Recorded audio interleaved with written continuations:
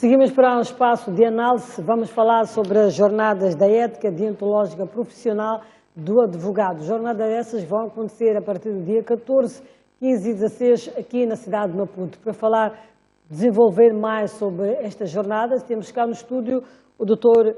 Gil Cambul, o representante aqui da Ordem dos Advogados. Muito obrigado por estar aqui connosco, Dr. Gil. Qual é o objetivo destas jornadas da ética e deontologia profissional? Bom dia e muito obrigado por este espaço que esta vez concede à Ordem dos Advogados. Como sabe, a Ordem dos Advogados é a entidade que regula o exercício da advocacia em Moçambique e o exercício da advocacia é, acima de tudo, informado pelos princípios da ética e deontologia profissional. E, portanto, nós tivemos esta iniciativa como Conselho Jurisdicional, que é o órgão de disciplina no seio da Ordem dos Advogados. Na verdade, esta é uma ideia que já vem desde 2018 e queríamos fazer essas primeiras jornadas já em 2019 ou 2020. Esta é a primeira, exato. Estas são as primeiras jornadas. Tínhamos essa ideia antes da pandemia, mas depois, quando eclode a pandemia, acabamos por refriar este evento e agora entendemos que já há condições para essa realização. Pois, de certa maneira, sim. Essas jornadas. Exatamente. Como é que deve ser entendida a ética e deontologia dos advogados? Acima de tudo, creio que é importante perceber que a advocacia, é verdade que a advocacia, de certa maneira, é um negócio como muitos outros, mas a advocacia é um negócio, é uma profissão, acima de tudo, para além de ser um negócio, é uma profissão que tem em vista a materialização da justiça. Portanto, sendo a advocacia um dos três pilares para a materialização da justiça, entende-se que o seu exercício tem de ser baseado em princípios, que são os princípios da ética e os princípios da deontologia profissional. Portanto, no sentido muito geral, o advogado atua não especificamente ou não exclusivamente para o interesse próprio. Ele atua para o interesse do cliente e, em última análise, para o interesse da materialização da justiça. E para se materializar a justiça e ter em conta o interesse do seu cliente, tem de seguir efetivamente os princípios do bem fazer, os princípios de não fazer o mal, os princípios de não prejudicar os interesses alheios e, acima de tudo, realizar aquilo que é a justiça, entendida, afinal de contas, como aquilo que é dar a cada um o que é seu, sem retirar e sem lesar o direito do outro. Estado a ser postos em causa? Olhando para os últimos acontecimentos, vou puxar aqui para este último informe apresentado pela Procuradora-Geral da República, que, dentre os vários assuntos que destacou, mencionou o envolvimento de advogados em atos de corrupção, em atos criminais. De alguma forma, isso já está a violar a ética de deontologia profissional da classe. Muito bem. Acho que faz muito bem em colocar essa pergunta e eu responderia eventualmente em 2 ou 3 aspectos fundamentalmente. As normas de ética e deontologia profissional são normas como quaisquer outras e, portanto, quaisquer normas podem ser violadas. E, portanto, em Moçambique, como em qualquer outra parte do mundo, essas normas são violadas e é por isso que há um Conselho Jurisdicional que rege ou que regula essa disciplina e pode, inclusivamente, punir as pessoas, os advogados que violam essas normas.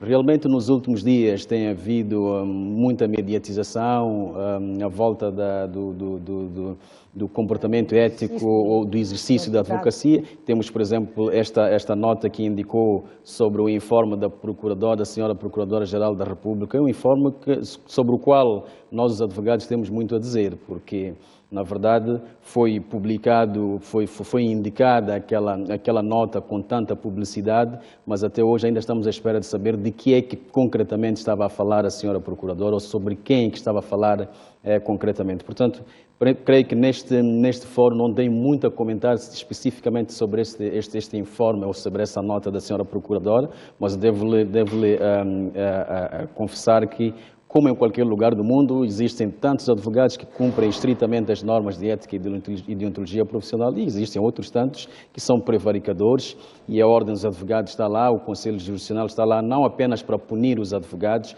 mas sobretudo em iniciativas como esta tem o objetivo de prevenir, consciencializar os advogados sobre a necessidade do cumprimento das normas de ética e de deontologia profissional, mas, sobretudo, também divulgar essas normas para o público em geral, para que saiba o que é que deve esperar quando lida com um advogado, o que é que deve exigir quando lida com um advogado. Deve ser o comportamento. Exatamente, o comportamento do advogado. E como é que a Ordem dos Advogados atua em casos de violação desta ética por parte dos profissionais? Muito bem.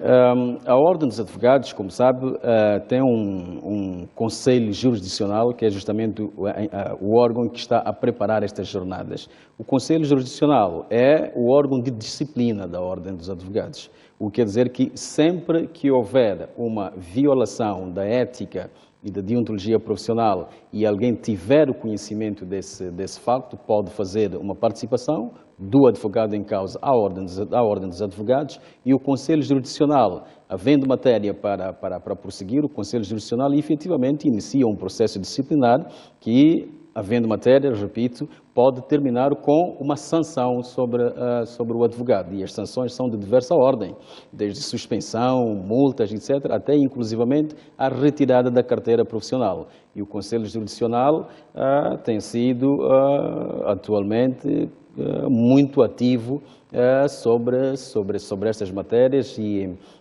inclusivamente o Conselho Jurisdicional até tem sido acusado de ser muito duro sobre os advogados no que respeita à punição destas... Há advogados já punidos por causa desta violação, já há advogados suspensos, expulsos, já temos ter número de advogados em situações... Pois, sim, não lhe posso dizer números, mas devo lhe garantir que que isto não é de hoje, não é do ano passado, nem do ano antepassado. O Conselho Jurisdicional já tem tantos anos de exercício e já puniu dezenas de advogados em diversas penas, já houve inclusivamente suspensões, já houve retiradas de carteira profissional. Portanto, o Conselho Jurisdicional está atento e está a atuar sobre esses fatos. Agora, aquilo que é importante de se indicar, e devo repetir aqui, é que a lógica, sobretudo, do Conselho Jurisdicional que está agora em exercício, é a ideia de que nós não estamos para punir ou para perseguir os advogados. O papel do Conselho Jurisdicional, antes de tudo, é um papel educador, um papel de consciencialização,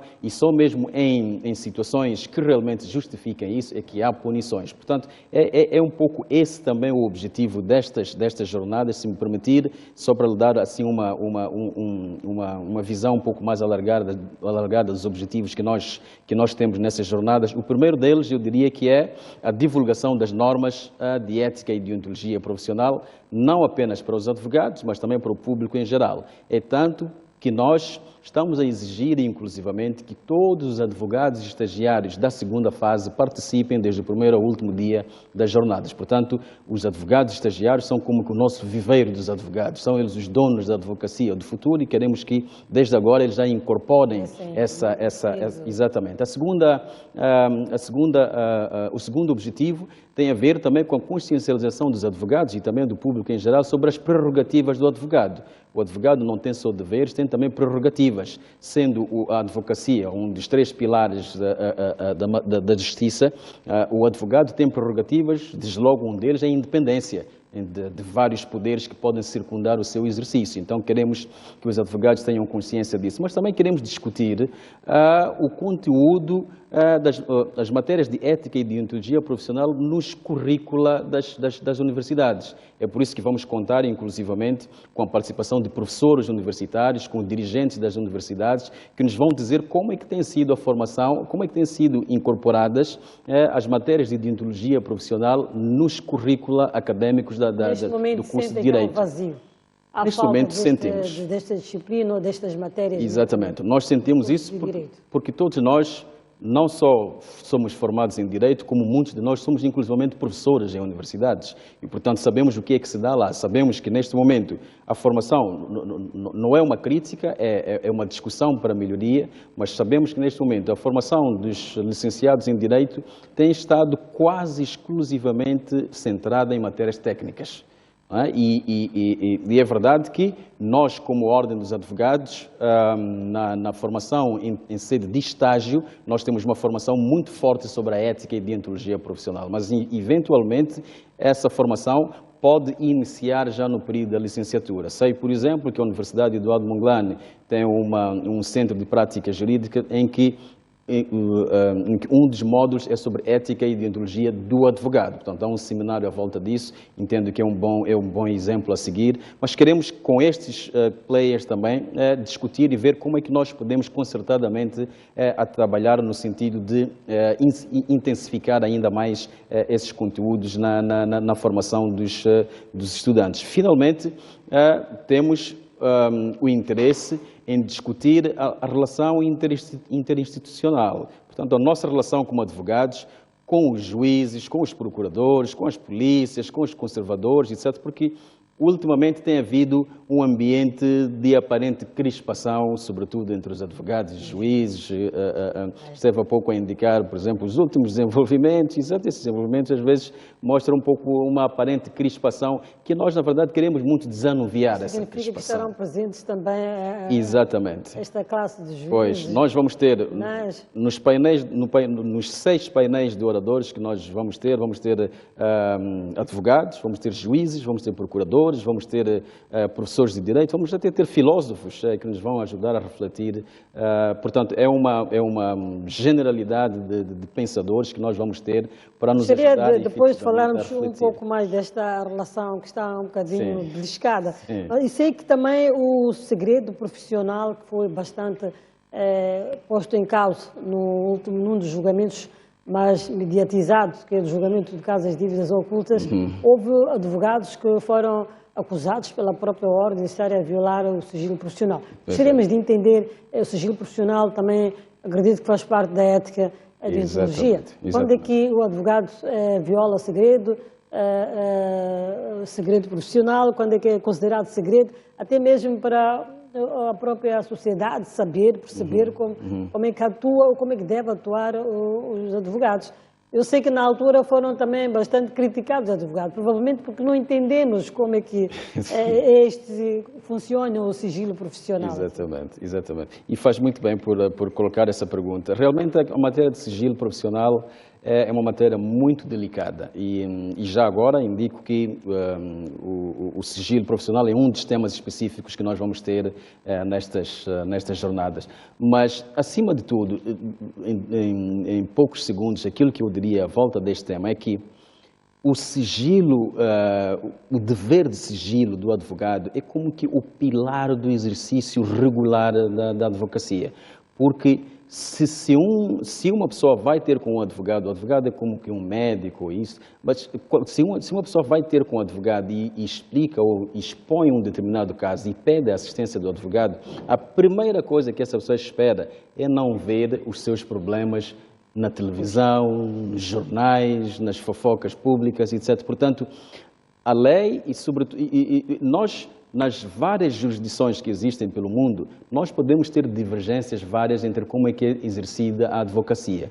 Mas em todas essas jurisdições, ou em quase todas elas, sempre há o dever de segredo profissional. O que quer dizer que esse dever de segredo não é propriamente algo para defender o advogado, não tem nada a ver com isso. É justamente algo para defender o cliente, para defender as pessoas que confiam na pessoa do advogado. E, portanto, obviamente, quando há julgamentos televisionados, etc., as pessoas, como é normal, querem saber tudo, querem ouvir tudo. Até aquilo que para o advogado pode estar ligado a segredo profissional, as pessoas querem saber. E, portanto, por isso é que há um pouco aquele conflito. Mas agora porque é que a ordem está a proteger? Nós queremos ouvir tudo. É tudo isso muito normal. E em que situações pode ser quebrado esse sigilo? Em situações muito reservadas ou muito limitadas, por assim dizer. Por exemplo, em situações em que o advogado tome, por exemplo, conhecimento de que o que lhe está a ser revelado, por exemplo, é um crime e por causa disso é obrigado, por exemplo, a fazer uma denúncia desse crime. Temos situações, por exemplo, ligadas ao branqueamento de capitais, há regras sobre o branqueamento de capitais que obrigam o advogado a divulgar quando tem conhecimento, mesmo por ter recebido informação por via do seu cliente sobre uma determinada situação. Mas é importante, gostaria de vincar que para toda a gente, para o público em especial, é importante que realmente o segredo profissional seja respeitado. Não vou comentar especificamente sobre este assunto do julgamento, até porque o julgamento ainda está em curso e eventualmente poderá haver, mesmo em sede da ordem, mais diligências à volta desse tema e, portanto, não seria muito ético estar a discutir precisamente esse tema, mas comento de maneira geral, no sentido de dizer que o segredo profissional é realmente o dever que o advogado tem de guardar segredo ou de guardar sigilo sobre todas as informações que ele recebe no exercício de seu mandato. Ele não pode divulgar essas informações, a não ser nessas limitadíssimas situações em que interesses maiores podem estar em causa. Portanto, voltando ao caso de julgamento, como terá acompanhado, há muita coisa que aconteceu e que só mais tarde nós iremos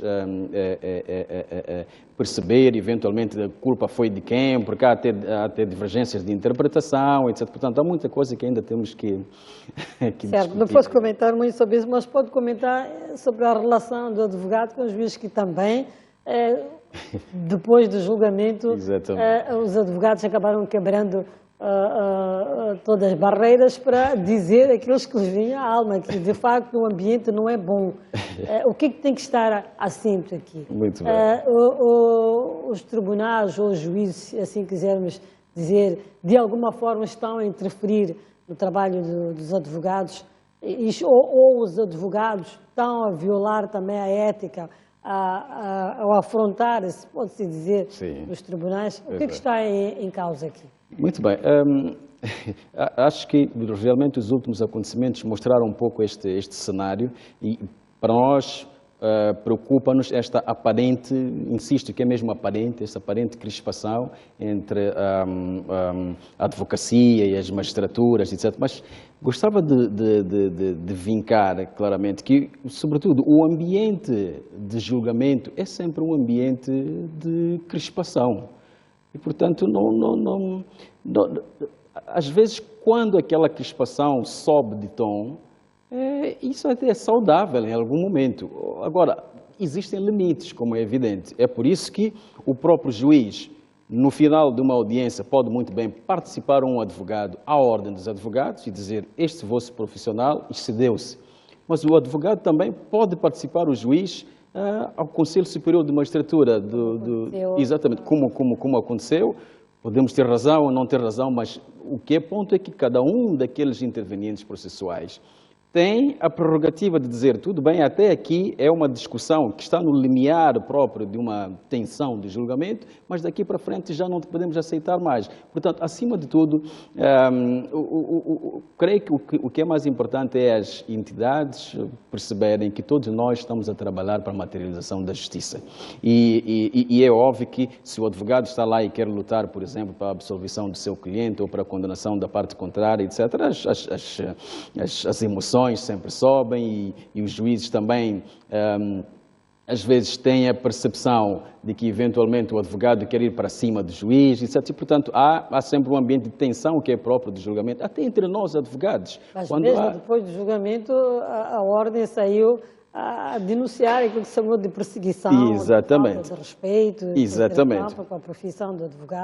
Pois, é aquilo que eu lhe dizia anteriormente, que numa situação específica, os advogados podem entender que houve excesso do juiz, assim como o juiz também pode entender que houve excesso de um advogado. Portanto, acima de tudo, acaba por ser mais importante que nenhuma das ordens ou que nenhuma das instituições entenda que é mais importante que a outra, porque somos todos pilares que estão a contribuir para o exercício, para a materialização da justiça e, portanto, não deve haver clivagens que ultrapassam os limites que são próprios da própria atividade que nós estamos ali a exercer. Doutor Gil, se calhar mesmo para terminar, quais são os outros temas que vão fazer parte destas jornadas? Quem vai participar na jornada? Já falou dos advogados estagiários, também da classe de magistratura, mas quem mais Muito pode bem. participar, se calhar as pessoas interessadas também em participar nessas jornadas. Muito bem, já estamos a fazer anúncios nas redes sociais e publicações em outros fora,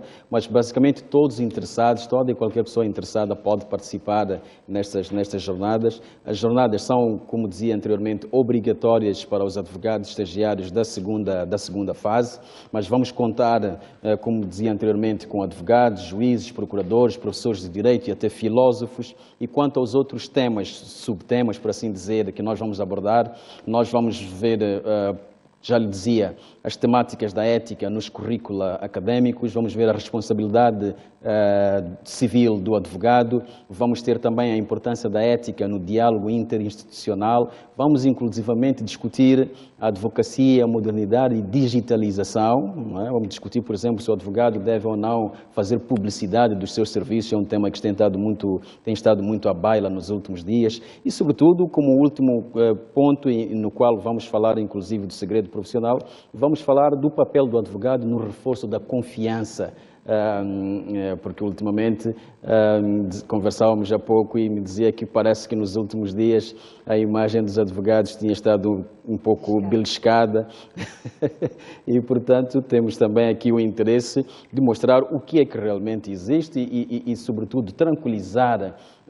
o povo moçambicano, no sentido de que há uma ordem dos advogados, esta ordem dos advogados está tranquila, está a funcionar normalmente e se houver qualquer desvio que seja manifesto dos princípios da ética e deontologia profissional, qualquer lesado pode se dirigir a esta ordem, a ordem é muito forte para realmente reforçar ou incentivar a aplicação e cumprimento dessas normas de ética e deontologia profissional. Tem uma outra questão que me ocorreu, Dr. Gil, tem surgido pessoas que se fazem passar por advogados também. Como é que a Ordem gera esses assuntos? Muito bem. Como sabe, a Ordem é o ente que gera o exercício da advocacia. Portanto, ela só tem poder sobre advogados. Então, o que acontece, e nós temos inclusivamente na nossa Ordem uma comissão que está encarregue destes assuntos da chamada procuradoria ilícita. São pessoas que se fazem passar por advogados enquanto não o são.